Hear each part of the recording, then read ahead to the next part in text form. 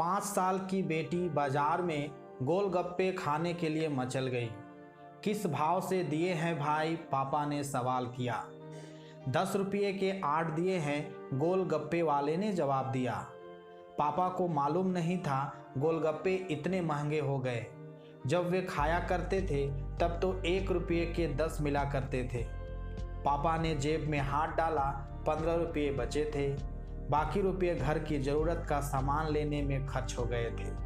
उनका गांव शहर से दूर है, 10 रुपये तो बस किराए में लग जाने हैं। नहीं भाई, 5 रुपये में 10 दो तो ठीक है, वरना नहीं लेने।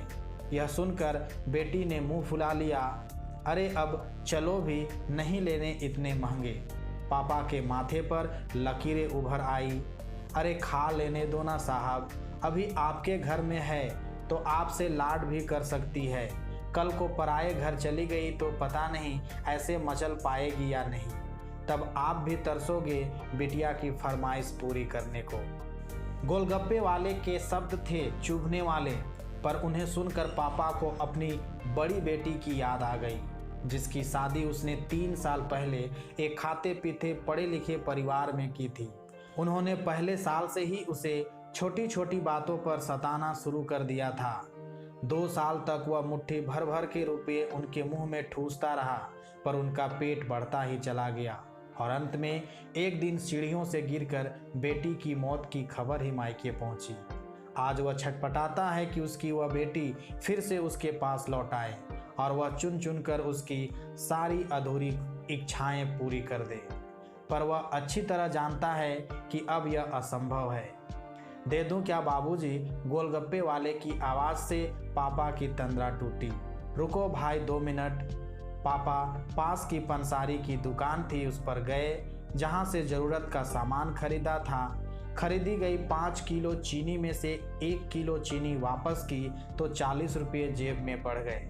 फिर ठेले पर आकर पापा ने डबडबाई आंखें पोंछते हुए कहा, अब खिला दे भाई। हाँ, तीखा जरा कम डालना, मेरी बेटिया बहुत नाजुक है। सुनकर 5 वर्ष की गुड़िया जैसी बेटी की आंखों में चमक आ गई और पापा का हाथ कस कर पकड़ लिया। जब तक बेटी हमारे घर है, उनकी हर इच्छा जरूर पूरी करे। क्या पता आगे कोई इच्छा पूरी हो पाए या ना हो पाए। ये बेटियां भी कितनी अजीब होती है। जब ससुराल में होती है तब मायके जाने को तरसती है। सोचती है कि घर जाकर माँ को ये बताऊंगी, पापा से ये मांगूंगी, बहन से ये कहूंगी, भाई को सबक सिखाऊंगी और मौज मस्ती करूंगी। लेकिन जब सच में मायके जाती है तो एकदम शांत हो जाती है। किसी से कुछ भी नहीं बोलती, बस माँ बाप भाई बहन से गले मिलती है। बहुत बहुत खुश होती है। भूल जाती है कुछ पल के लिए पति ससुराल, क्योंकि एक अनोखा प्यार होता है मायके में। एक अजीब कशिश होती है मायके में। ससुराल में कितना भी प्यार मिले, माँ बाप की एक मुस्कान को तरसती हैं ये बेटियाँ। ससुराल में कितना भी रोए, पर मायके में एक भी आंसू नहीं बहाती ये बेटियाँ, क्योंकि बेटियों का सिर्फ एक ही आंसू माँ बाप भाई बहन को हिला देता है, रुला देता है। हो सके तो बेटियों को बहुत प्यार दे, उन्हें कभी भी ना रुलाए, क्योंकि ये अनमोल बेटी 2 परिवार जोड़ती है, 2 रिश्तों को साथ लाती है अपने प्यार और मुस्कान से। खुशकिस्मत है वो जो बेटी के बाप हैं। उन्हें भरपूर प्यार दे, दुलार करे और यही व्यवहार अपनी पत्नी के साथ भी करे, क्योंकि वो भी किसी की बेटी है और अपने पिता को छोड़कर आपके साथ पूरी ज़िंदगी बिताने आई है। उसके पिता की सारी उम्मीदें सिर्फ और सिर्फ आपसे है। धन्यवाद।